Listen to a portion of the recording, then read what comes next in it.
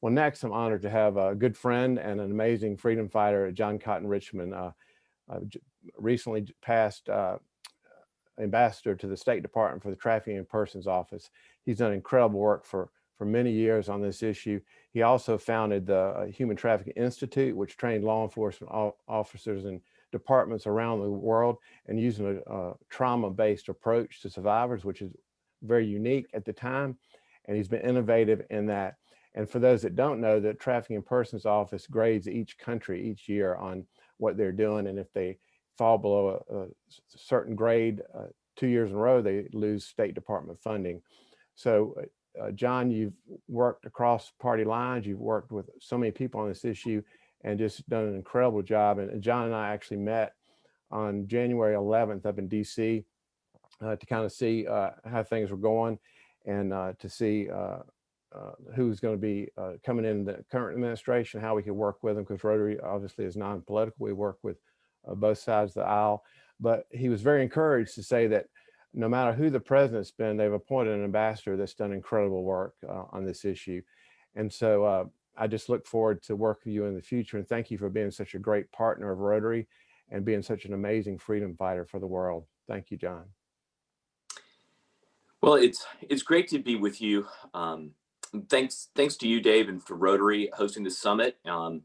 Appreciate your leadership, the leadership of the Action Group, and kudos to you, Dave, Laura, Matt, and all the other organizers of this summit for building such an ambitious agenda. Not only are the topics robust, but the list of speakers today reads like a who's who of the anti-trafficking movement.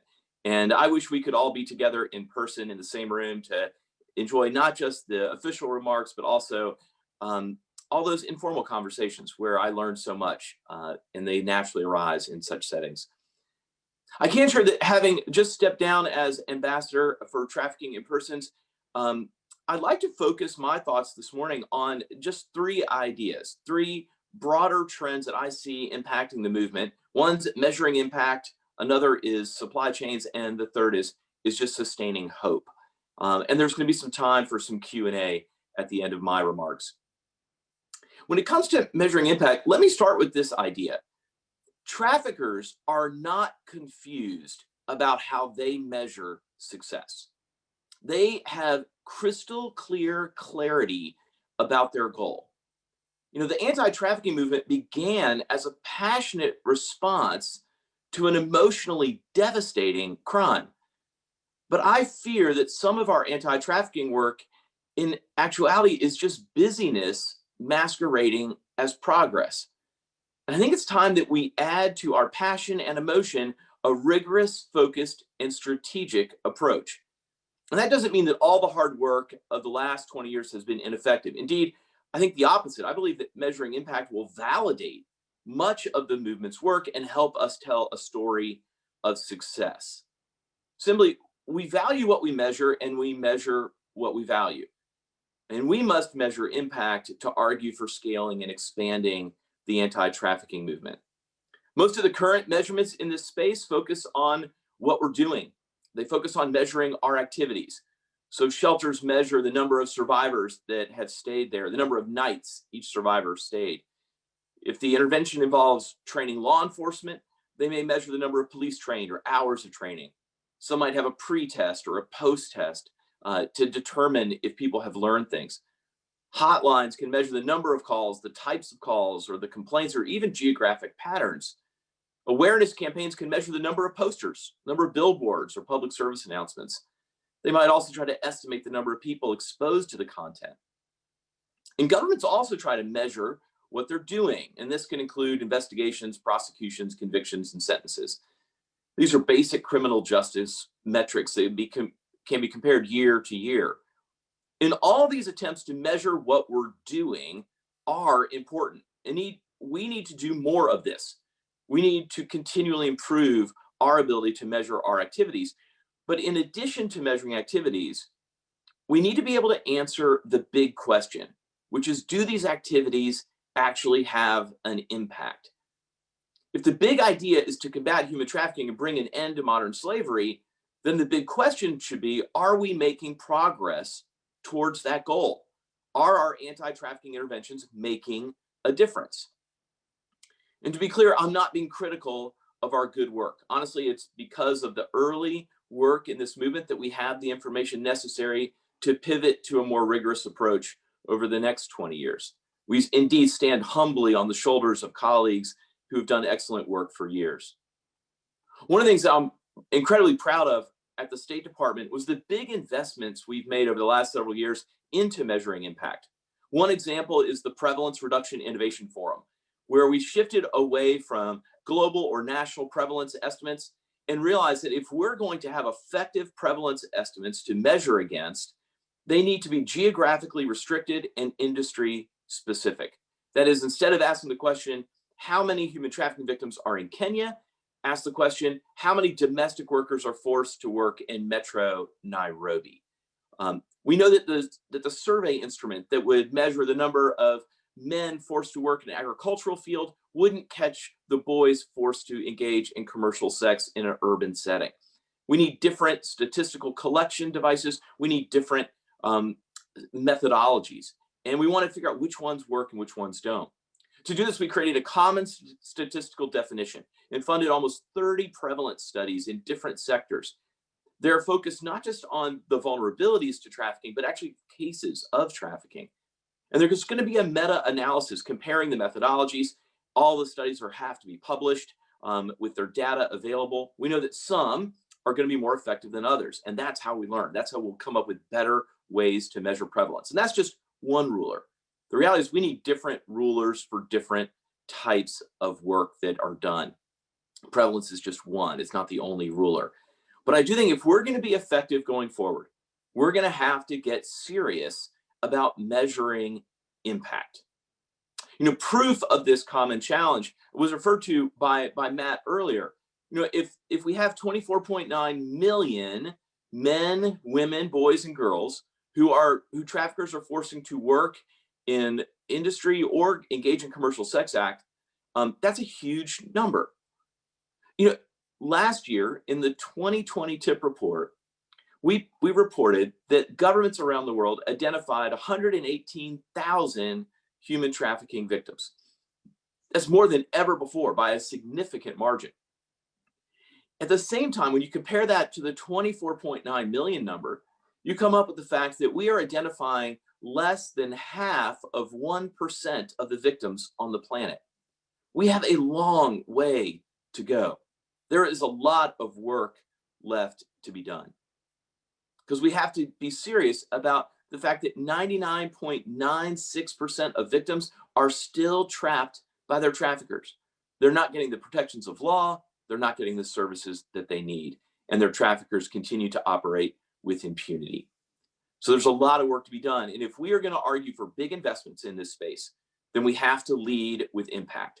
If traffickers aren't confused about how they measure success, we shouldn't be confused either. Another big trend that I think we've seen over the last few years is corporate engagement and corporate accountability around the issue of forced labor. Businesses are rightly perceiving an increased risk due to traffickers forcing people to work somewhere deep within their supply chains. Through transparency legislation, the United Kingdom and Australia's Modern Slavery Acts, the removal of the consumptive demand exception in the United States Tariff Act, and other measures, the importance of corporate engagement around supply chains has moved to center stage. The issues indeed have migrated from corporate philanthropy or corporate social responsibility offices to the ESG, C-suites, and general counsel offices in many businesses. Just last week, the United Kingdom began fining businesses for not publishing their modern slavery statement. And Customs and Border Protection in the United States banned the importation of all cotton and tomato products from Xinjiang, China. These broad or regional withhold release orders will have a far greater reach than the company or ship specific WROs we've seen in the past. You know, given this landscape, businesses have a huge opportunity to have a positive impact in our common fight to stop traffickers. Not only is it the right thing to do, but it's good for the bottom line. For years, we've talked about the importance of emphasizing forced labor. In fact, just a few weeks ago, I hosted an event with my three predecessors. We had a webinar 4 ambassadors appointed by 3 different presidents, and all of us were commenting about how we tried to elevate the issue of forced labor during our terms. There's great continuity in this space. And increasing the number of forced labor cases has been the #1 recommendation for the United States in the annual Trafficking in Persons report for 5 straight years. So I would encourage you to watch this space. As you discuss the healthcare sector, financial services sector, survivor engagement, prevention, and data today, think about your corporate partners and the impact of traffickers tainting the businesses and products and services with their criminal activities. The other idea that I was reflecting on is we gather today is this idea of hope. And I'm grateful to Dave for centering us on this, because I think people want to draw near to pain if they think they can make a difference. But if they don't think they can make a difference, often we just turn away. The reality is that human trafficking is not a naturally occurring phenomenon.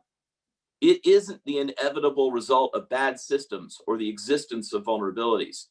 Indeed, traffickers may exploit such systems and vulnerabilities, but the bad systems and vulnerabilities themselves do not cause the trafficking. And there's great hope in this space because we can make a difference.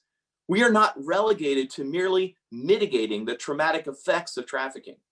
We can strike at the root cause, the traffickers themselves.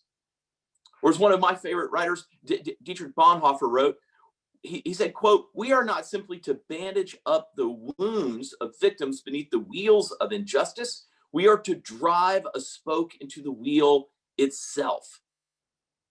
This movement has already changed the legal landscape around the globe. In the last 20 years, we went from 0 countries having a comprehensive anti-trafficking law to now more than 150 countries having such a law. And every single country has some sort of law against trafficking. That's massive historic change, massive impact, and we can measure that. But now our task is to build upon that foundation. It is upon this new legal landscape that we need to build public justice delivery systems and protection systems to make those parchment promises a reality. And I'm grateful to Rotary and for the engagement today. And I look forward to learning from each of you on these panels. Thank you so much. Hey, John, we've got a couple of questions about, I want to expand a little bit, if you would, on the business engagement piece, because that's something that Rotary's really cared deeply about. And we've held several summits with large corporations and showing their proactive approach. A great example of Walmart contracting with International Justice Mission to address the fishing industry. And so if you would just expand a little bit about how much progress we've made with corporations over the last several years. Dave, I think it is impressive, and I'm familiar with Walmart's work with IJM in the fishing industry. I think what we've seen is that as the regulatory environment has gotten more complicated, with new laws coming in place throughout the EU, Australia, the UK, and the United States, that businesses are stepping up. And I think that businesses have a common question to ask, which is, how do we proactively position ourselves as businesses in this work to make sure that our supply chains don't have forced labor? I don't think business owners want to have forced labor in their supply chains. Honestly, it's very difficult because it's a hidden crime. And the governments around the world, in many places, are not doing an effective job at stamping out forced labor that traffickers might be employing. And so I think companies can do a couple of things. I think that businesses can look in their own internal practices. What can they do to make sure that they're vetting their supply chain, that they're mapping it, that they understand and have the right policies in place, or taking the right proactive measures? But they can also use their influence as foreign direct investors with governments around the world to ask them to simply follow the recommendations in the TIP report for each country, to build out their public justice delivery system. We're not asking businesses to be a workaround failed public criminal justice systems that should be identifying traffickers. But we know that they have to be partners in that work. And I think we also want to look at where we're sourcing product. We want to think about where our cotton comes from, where our tomatoes come from, where our palm oil is coming from. How is this impacting the chocolate industry? How is it impacting cosmetics and apparel? We've seen huge progress. Because you've anchored us around this idea of hope, Dave, I just say you can look at places where things have gotten better. And we don't often get to talk about the places where things are going well. We saw Namibia upgraded to tier 1 on the TIP report, first country in Africa to be on tier 1 since 2012. It happened last year because of a lot of hard work by the government in Namibia, as well as international partners. But we've seen a massive drop in forced labor in the cotton harvest in Uzbekistan, which is incredibly helpful. We've seen a change in political leadership. We've seen a lot of robust engagement. Still not perfect, still lots of problems. Long way to go to stamp it out completely. But we need to celebrate incremental success. And I think that the Cotton Campaign and the coalition of business partners around that had a difference, or they made a difference. And I think businesses can rally just as they did around Uzbekistan and continue to see progress around the world. Well done. Thanks so much for what you do at the TIP office, because what you all do is partner with NGOs and governments to make governments begin to cooperate with those NGOs. And I know in the Philippines, again, with IJM, the State Department partnered with the government there to begin to get them to cooperate, and they reduced child sex trafficking by something like 78%. So well done on that. I have a question from Sally in California. She's actually one of our coordinators about education prevention, which we'll hear a little bit more about that later in the day. But how do you measure success when you're talking to young kids, when you're talking to educating them about the issue of human trafficking and modern day slavery? How do you measure that success? Sally asked a really good question. One of the biggest challenges around measurement is in the prevention space, because an effective prevention, in a sense, produces a negative. Someone didn't ultimately get trafficked. That'd be the ultimate success, and it's really difficult to measure that. And I think that we need innovative ways to think about how we measure in the prevention space. And perhaps that could be something that the panel, when they talk about prevention education, could address.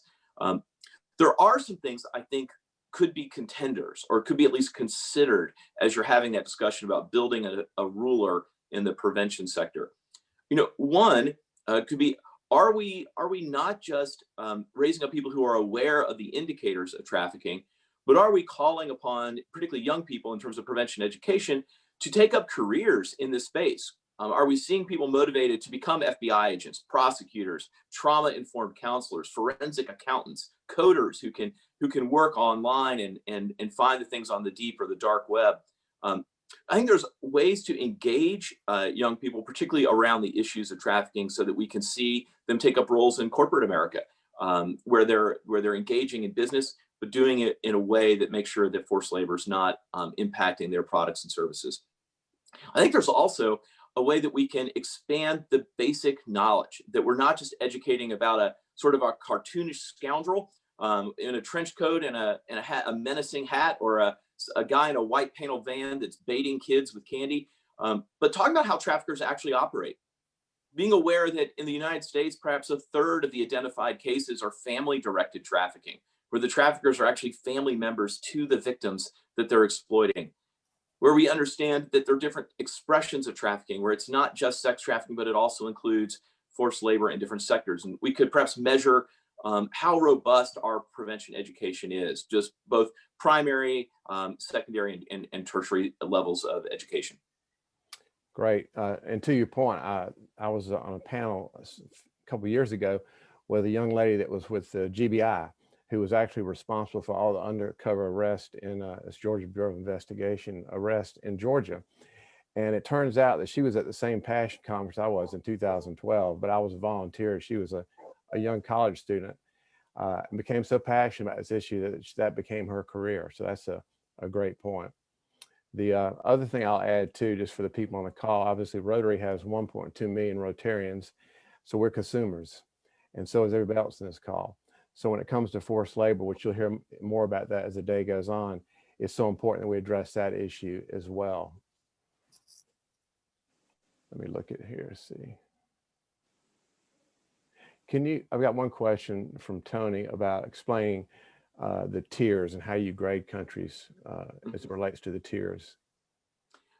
Tony, I love this question because I immerse myself in how the TIP report is constructed. So there are 4 minimum standards. The first 3 minimum standards we evaluate every country by regard its law. Is its legal framework sufficient? Is it compliant with the Palermo Protocol and the Trafficking Victims Protection Act, which are largely aligned? So the first three are all about having the right legal structure. The fourth minimum standard where we evaluate countries is the implementation of that. And it's broken into 12 subparts. It's available in the front of the tip report book if you want to read through them, but it includes both the criminal justice response as well as the social services response, prevention efforts, engagement around demand, thinking about how we want to approach making sure that we have the right preventative strategies. Every country is evaluated. We get most of the information at the State Department from the government themselves through our embassies or posts in that country. But we also select information from NGOs and individuals. Every year in December and January, there's a public notice for people to provide information. And if you're working with an NGO or as a member of Rotary are seeing some things in the government, I know that my colleagues at the State Department would love to get your feedback and information about how that country is doing around those minimum standards. We then evaluate that country not against other countries in the region. So it's not comparing a country to its neighbor. It's not even that all countries on tier 2 are doing the same work. It's comparing a country to itself. That is, how is the country doing during this year compared to the prior year? So it's incremental improvement from the country itself. So if it's increased its victim identification dramatically, that will probably argue for an elevation in the tier. If it's doing quite poorly around sentencing traffickers, that could argue for a maintenance or a decrease in the tier. And we take all these factors. And one thing I will tell you is I wish that all of America could be a fly on the wall as these issues are analyzed and debated by the professionals at the State Department. I know it's not allowed because of have to keep deliberative process a secret, but I will tell you, it's impressive. There are really sharp, thoughtful professionals that are engaged in the arena of ideas who are thinking about these issues from multiple perspectives that analyze it. It's an impressive group, and I am really proud of the TIP report. It's remained free from political interference. It's the gold standard in terms of information out there, and it's been a really effective tool. And if you could let the audience know where they could find the TIP report, because for those that haven't seen it, it's fascinating to see the in-depth study that you do at each country. Yeah, if you go to the State Department's website, they have on there, just put in Trafficking in Persons Office, and you'll find all 20 of the TIP reports available for you to review. The latest one is the biggest. In 2020, it was over 500 pages. The very beginning, the first one was a small pamphlet, so it's just grown in its scope, the number of countries that are covered, and the depth of analysis that's available. But all of them are available. And I just encourage you, read the first 50 pages. The first 50 pages, what we call the introduction, is a rolling text of interesting information about what's happening around the world, including lists of countries that are using child soldiers, how many countries have acceded to the Palermo Protocol, in which 14 have not. Interesting boxes that include information on a variety of topics that I think you would find of great interest. Well, that's great. Any other final thoughts you have for the audience? And really also kind of leave us with, there's a lot we can do because we're all consumers, we're all people that care about this issue, but what is something you think we could do as individuals or as an organization like Rotary as well too? I think there's a great deal that everyone can do, but I think it's just being excellent at what our jobs are. We don't need everyone to all move to India to fight trafficking at the same time. I did that once. I moved my family there, and it was an incredible 3 years that I got to live there, but that's not what we need everyone to do simultaneously. Well, what we need is people to be excellent at their jobs. I loved Matt's story about the banker who was identifying fraud. Being excellent at their job is what made a difference. And if we could have more and more excellence, whether it's teachers, nurses that might be able to identify indicators of trafficking in the emergency room or in their clinics, whether it is accountants, whether it's therapists, whether it's any sort of business leader, I think a great deal can be done. And to continue to raise awareness about this, because I think that continuing to communicate the hopeful message that trafficking can be stopped. It is not, we're not in harm mitigation as a strategy. We are in stopping the traffickers. And right now, traffickers are operating with impunity. Victims are scared. They're scared of what the traffickers are doing. Survivors are often scared about how people are going to treat them. They know when they're being judged, or they're not welcome, or when people look down on them for what they didn't even do. We know that there are far too often survivors are arrested and prosecuted for the things their traffickers made them to do. And I'm continually worried that you're more likely to get prosecuted for being a victim of trafficking than being a trafficker. And so I think we need to address that as a culture. And we need to elevate survivor voices and make sure that survivors and leaders are at the center of these conversations. We can learn so much from them, and welcome even the idea that survivors are not a monolith. They have different opinions. They disagree with each other. They're smart. And I think we want to engage all perspectives from the survivor movement. Well, and you've done such a great job with that. I was on several of your recent Zooms that you had, or webinars that you had, and survivor led in many cases. So thank you for doing that. And just one quick example, because one thing, I've been fortunate to be able to speak to Rotary clubs all over the world, and they always wonder, what can I do? They want to know what they can do in our community. And one example I always give is, there was in South Georgia, in Columbus, Georgia, there was a Rotary club that got engaged in the issue. The owner of the McDonald's had obviously McDonald's franchise in that community. He printed the Polaris hotline on the paper tray liner. Mm-hmm. They rescued 5 kids in 2 months. Wow. Because of that. He did what he could do in his sphere of influence. So that makes a difference. So never underestimate the individual. And if we do it collectively, the impact we can have is enormous. Absolutely. Absolutely, Dave. Thanks for your leadership. Well, thank you for your incredible leadership for many, many years, and leading the way on this, and your friendship. And we just appreciate all you do. Thanks for being with us today. Thanks so much. All right. Take care.